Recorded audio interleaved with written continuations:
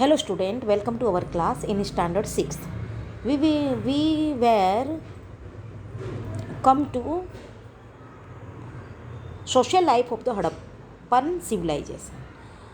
हम लोग एसएस में लेसन 3 रीडिंग था, हमारा कंटिन्यू था. Today we will continue this period.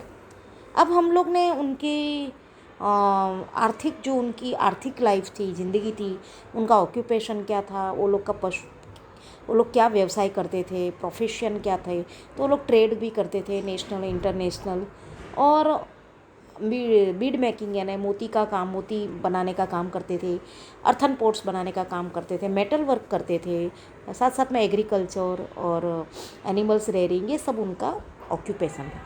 Now we will, अब आज हम social life of the Harappan, अब उनके सोशल लाइफ, सामाजिक लाइफ कैसी थी, उनकी लाइफ स्टाइल, रहन सहन, खाना पीना, इसके बारे में हम we will read about them. The main occupations of the people of Indus Valley were in agriculture and livestock rearing people of this time.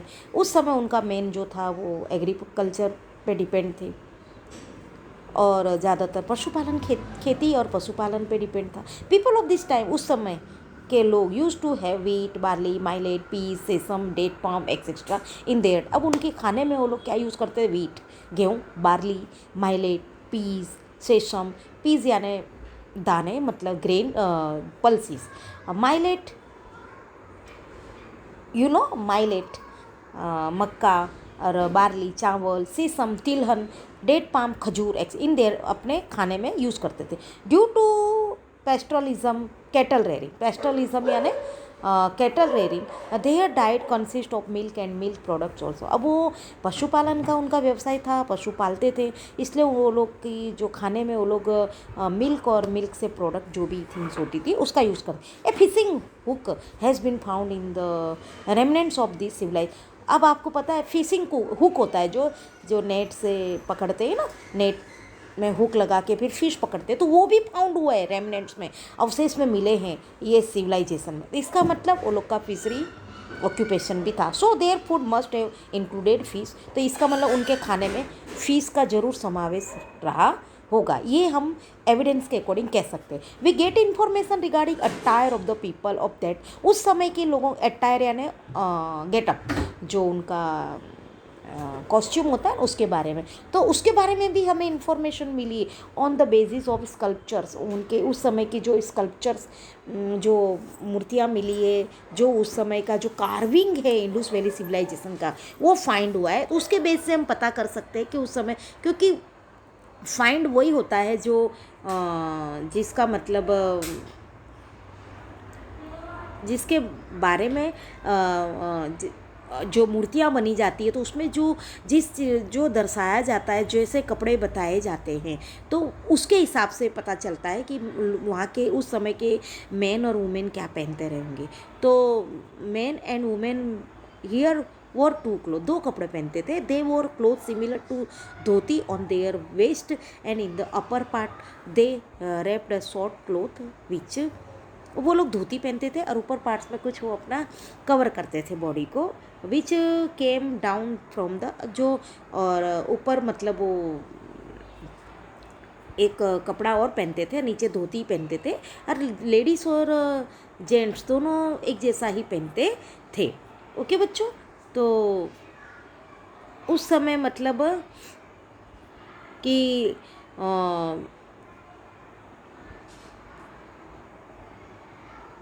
दोनों मैन और women here wore 2 clothes. They wore cloth similar to dhoti, एक जैसी धोती पहनते थे, और उनके जो waste यानी ऊपर का भाग होता है, upper parts, they wrapped a short cloth, छोटे कपड़े से ढक के रखते थे, और वो शोल्डर में भी, from the shoulder, they shoulder में भी मतलब वो एक शोल्डर में भी एक कपड़ा रखते थे. दे मेनली यूज्ड कॉटन क्लोथ, और ऑलमोस्ट क्योंकि एविडेंस में कॉटन भी निकला है, तो इसका मतलब वो लोग ज़्यादातर कॉटन क्लोथ का ही यूज़ करते थे. They were also familiar with woollen.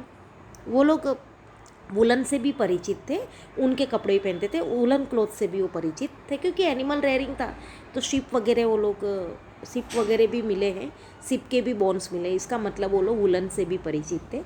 As they needle made of metal and ivory have been found ivory as the needles made of metal, metal की भी नीडल्स मिली हुई है, मेटल्स की नीडल, और Ivory, ivory यानी जो ivory have been found, we can assume that they wore stitched cloth.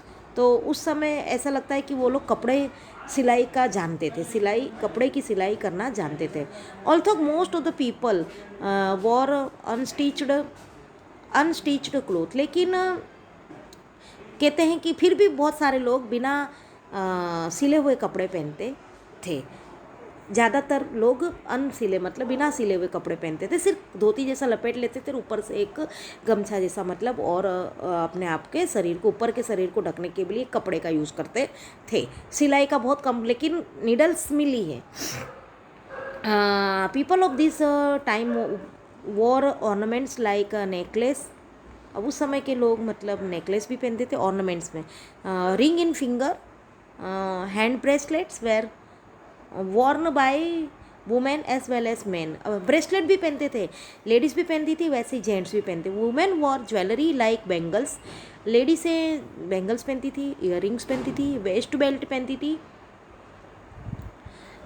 ये ना कंदोरा जो बोलते हैं ना, एंकलेट्स, और एंकलेट्स यानी पायल एक्सेट्रा पहनती थी। These ornaments were made of gold, silver and precious stone, और ये जो बने हुए थे जो ऑर्नामेंट्स, वो उस समय मतलब गोल्ड भी था, सिल्वर भी था, और प्रीशियस स्टोन, कीमती जो पत्थर होते हैं ना, मोती उनसे बनाए जाते थे, उनके द्वारा बने गए ऑर्नामेंट्स पहनते थे। People of Indus valley civilisation made utensils of earthenware, जो वो लोग यूज़ करते थे ना यूटेंसिल, तो वो मिट्टी से बनाए गए थे, कॉपर से भी थे और ब्रॉन्ज से भी। तो इसका मतलब उस समय मेटालिक क्या उनको बहुत नॉलेज था, कॉपर ब्रॉन्ज दोनों, और मिट्टी से अर्थनवेयर भी थे। दीज इंक्लूडेड यूटेंसिल्स लाइक, अब इनमें कौन कौन से यूटेंसिल्स है, मग, बॉल, अर्थन मग, मेटालिक पॉट, सोकर यानी प्लेट, कैसरोल, कैसरोल यानी जो जिसमें रोटियां रखते हैं ना, रोटी रखने का जो डिब्बा होता है उसको कैसरोल बोलते हैं, एक्सेट्रा। तो ये सब मतलब बनाए गए हैं, उनके द्वारा जो बने गए वो सब फाइंड हुए हैं। People of Indus valley civilisation made special type of toys, अब जो ये जो सिंधु घाटी के जो लोग थे, नगरी के, हड़प्पा नगरी, ये लोग अपने बच्चों के लिए जो टॉयज़ बनाते थे वो भी बहुत स्पेशल टाइप के टॉयज़ थे, विच उसमें क्या थे, बर्ड शेप्स विसल्स, जो उनकी विशल्स थी ना सीटी, उसका शेप कैसा था, बर्ड शेप था।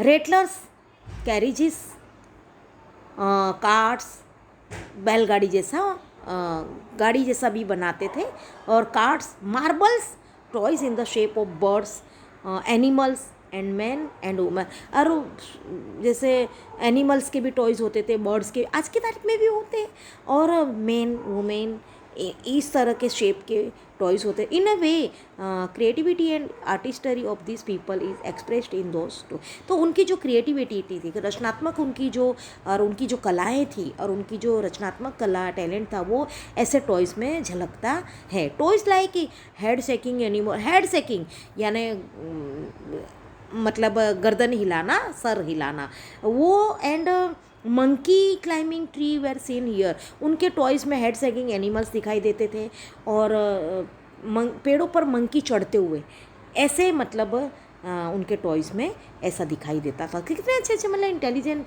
वो लोग, कितने इंटेलेक्चुअल होंगे, उनके माइंड कितना क्रिएटिविटी होगा, वो टॉयज़ से पता चलता है। रिलीजियस लाइफ एंड फ्यूनरल्स, अब उनकी धार्मिक लाइफ कैसी थी, और फ्यूनरल तो उनका अंतिम क्रिया कैसे होती थी, वो सब हम लोग अभी जानेंगे इसमें।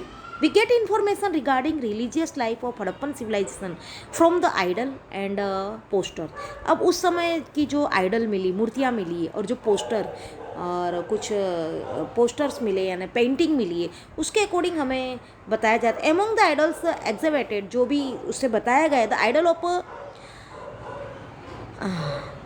मातृका देवी हैज़ बीन फाउंड, मातृका देवी, कौन सी देवी मिली,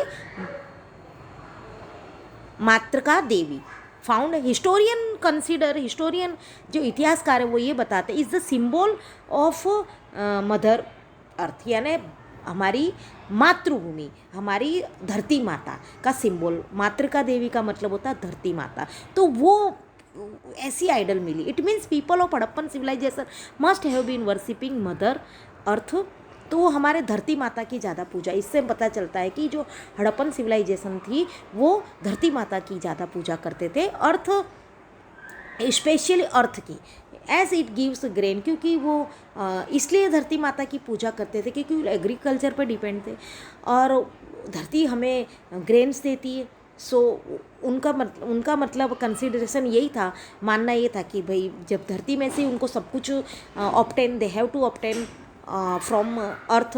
सो वो लोग धरती माता की पूजा करते थे एज इट गिव, क्योंकि वो खाने को ग्रेन, फूड एंड वाटर देती थी। बेसाइड इसके साथ साथ they might have been worshipping trees, इसके साथ अरे मतलब उन्होंने नेचुरल पे ज़्यादा डिपेंड थे, मान लो ऐसा। इसके साथ साथ वो लोग पेड़ों की पूजा करते थे, एनिमल्स की करते थे, नाग देवता की करते थे, स्वस्तिक एक्सेट्रा। स्वस्तिक है ना साथिया जो बनाते हैं उसको। Remains of worshipping fire have been found from Lothal and Kalibangan. तो कालीबागान में पोस्टर जो मिले उसमें अग्नि की भी पूजा दिखाई दी गई है, अग्नि। तो worshipping fire have been found, तो अग्नि की पूजा करते हुए भी पोस्टर मिले हैं। People of Harappan civilization, people of Harappan civilization might have been burning dead people. ऐसा भी अंदाज़ा लगाया जा सकता है, माना जाता है कि उस समय जो फ्यूनरल, अंतिम क्रिया जला के ही की जाती थी। जब किसी की डेथ होती थी तो उसकी अंतिम क्रिया उनको जलाया जाए, बर्निंग डेड पीपल, तो लोगों को, मरे हुए पीपल को जलाया जाए। जैसे आज की तारीख में हिंदू धर्म में जब किसी की डेथ हो जाती है तो उसकी चिता जलाई जाती है। उस समय भी मतलब यही हड़प्पन सिविलाइजेशन में भी ऐसा ही होता था। उतने मतलब एंशियंट टाउन जो थे और वहाँ के जो सिविलाइजेशन था उसमें भी जब डेड पीपल का बर्निंग किया जाता। ऑल्सो एविडेंसेस ऑफ अग्नि संस्कार have been found at many places, और कई जगहों पर अग्नि संस्कार के जो मिले हैं, मतलब एविडेंस मिले हैं, सबूत मिले हैं। They buried dead person and also kept some of the things with the dead body, और उनको फिर दे ब्यूरिड डेड पर्सन को वहीं मतलब दफना देते थे, और उनके साथ साथ कई चीज़ें भी मिली डेड बॉडी के साथ। It tells us about their imagination that there is life after death, और उसके बाद मतलब कई डेड बॉडी भी मिली है लोगों की। तो इससे ये पता चल जाता है कि ये अंदाज़ा लगाया सकता है कि डेथ के बाद भी मतलब जिंदगी थी, है ना। That there is life after, तो डेथ के बाद भी लाइफ वहाँ पे थी। मतलब एक साथ सब नहीं हुआ था, कुछ मतलब किसी को कोई दफन मतलब उसमें से मिले भी हैं बॉडी के साथ, कुछ चीज़ें भी मिली। तो अचानक मतलब ये सब डेड बॉडी कैसे मिली, क्योंकि उस समय तो अग्नि संस्कार होता था, तो डेड बॉडी भी मिली है ना। अचानक कोई बहुत बड़ा डिजास्टर आया होगा नेचुरल, जैसे अर्थक्वेक या फ्लड, तो उसमें पूरा नगर डूब गया होगा। तो जैसे अब जो लोग मतलब उस समय जिंदा रहे होंगे और अचानक उनकी डेथ हो गई होगी, तो उनको तो जलाया नहीं गया होगा ना, तो एक साथ सबकी डेथ हो गई, तो वो ब्यूरिड मतलब वो दफन हो गए होंगे, जो दब गए होंगे धरती में, तो उनको मतलब वो मिले, उनकी बॉडी मिली। उसके साथ बहुत सारी चीज़ वस्तुएं इनकम्प्लीट या कंप्लीट, उस समय वो लोग कंप्लीट पोजीशन में रही होगी, इनकम्प्लीट पोजीशन में रही होगी, वो भी उनको उनके साथ साथ मिले थे। इसका मतलब ये कहा जाता है कि वहाँ पे डेथ के बाद भी लाइफ थी। स्क्रिप्ट एंड लैंग्वेज, वहाँ की लिखावट, स्क्रिप्ट यानी everyone know what is the meaning of script. Script यानी राइटिंग, और लैंग्वेज और बोली कैसी थी। कॉइन, सील्स, अब देखो स्क्रिप्ट में किस किस में, कॉइन्स, सिल, जो पहचान होती है ना, सिल लगाया जाता है जैसे सिक्के वगैरह। कॉपर प्लेट्स, कैसी प्लेट्स मिली है, ताम्रपत्र। Have been found from remains of Harappan civilization, Harappan civilization में ये सब अवशेष के रूप में कॉइन्स मिले हैं, कॉपर प्लेट्स मिली है, सिल मिले, over which some text it transcribe, और कुछ लिखावटें भी मिली, which is written in some unresolved mysteries language. अब वो जो लैंग्वेज, जिस लैंग्वेज में वो लिखा गया है ना रिटन, तो वो आज तक अनरिसॉल्व हुई है, मतलब कुछ समझ में ही नहीं आई है। Also these writing are short words with मात्रा एंड जॉइंट वर्ड्स आर। अब कुछ कुछ उसमें समझ में आता है कि मिस्ट्रीज जैसी है, मतलब अनसॉल्व मिस्ट्री है, एक मिस्ट्री यानी उलझी हुई, मतलब एक गुत्थी, मतलब समझ लो उलझन है। लेकिन कुछ कुछ उसमें मात्राएं भी दिखाई देती है, जैसे आज हम हिंदी में मात्रा लगा के फिर वर्ड्स को ज्वाइन करते हैं ना, तो इस तरह वर्ड्स को ज्वाइन करके ऐसे मिले हैं। Lot of attempts have been made to decipher this script but it has not been success. कई लोगों ने इस स्क्रिप्ट को पढ़ने की कोशिश भी की, लेकिन सक्सेस नहीं हुए। प्लेसेस ऑफ हड़प्पन सिविलाइजेशन इन गुजरात। गुजरात में हड़प्पन सिविलाइजेशन के जो स्थान है उसके बारे में हम जानेंगे। Small and big colonies of Harappan civilization have been found in Gujarat. Gujarat में छोटी बड़ी बहुत सारी सोसाइटियाँ हड़प्पन सिविलाइजेशन की मिली है, like Rangpur and Lothal in Ahmedabad district. Ahmedabad district में रंगपुर है और लोथल है। रोजड़ी श्रीनाथगढ़ में है इन राजकोट डिस्ट्रिक्ट, आज उसको श्रीनाथगढ़ बोलते हैं, राजकोट में है। देसलपुर इन कच्छ डिस्ट्रिक्ट। देसल जो हम गुजरात में जो हड़प्पन सिविलाइजेशन की जो टाउन मिले हैं प्लेसेस, उसके बारे में आपको बता रही हूँ। तो लोथल और रंगपुर कहाँ है? अहमदाबाद डिस्ट्रिक्ट में। रोजड़ी राजकोट में, देसलपुर कच्छ डिस्ट्रिक्ट में, और Dholavira Surkotada Lakhabawal in Jamnagar district. Amra Bhagat Talav on the bank of Kim river in Bharuch district. ये सब जो है वो हड़प्पन प्लेसेस है सिविलाइजेशन के। End of Harappan civilisation. अब हड़प्पन सिविलाइजेशन का एंड कैसे हुआ होगा उसके बारे में बताया। द हिस्टोरियन बिलीव, अब जो हिस्टोरियन इतिहासकार है वो ये मानते हैं कि दैट हड़प्पन सिविलाइजेशन में have ended because of earthquake.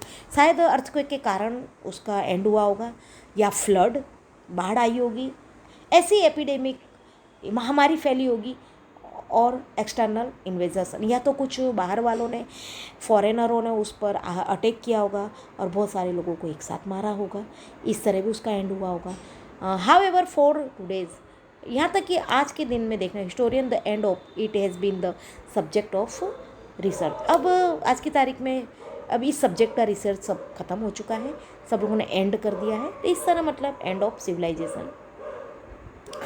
आपको अब आज की तारीख में मैं इतना ही आपको बताऊंगी।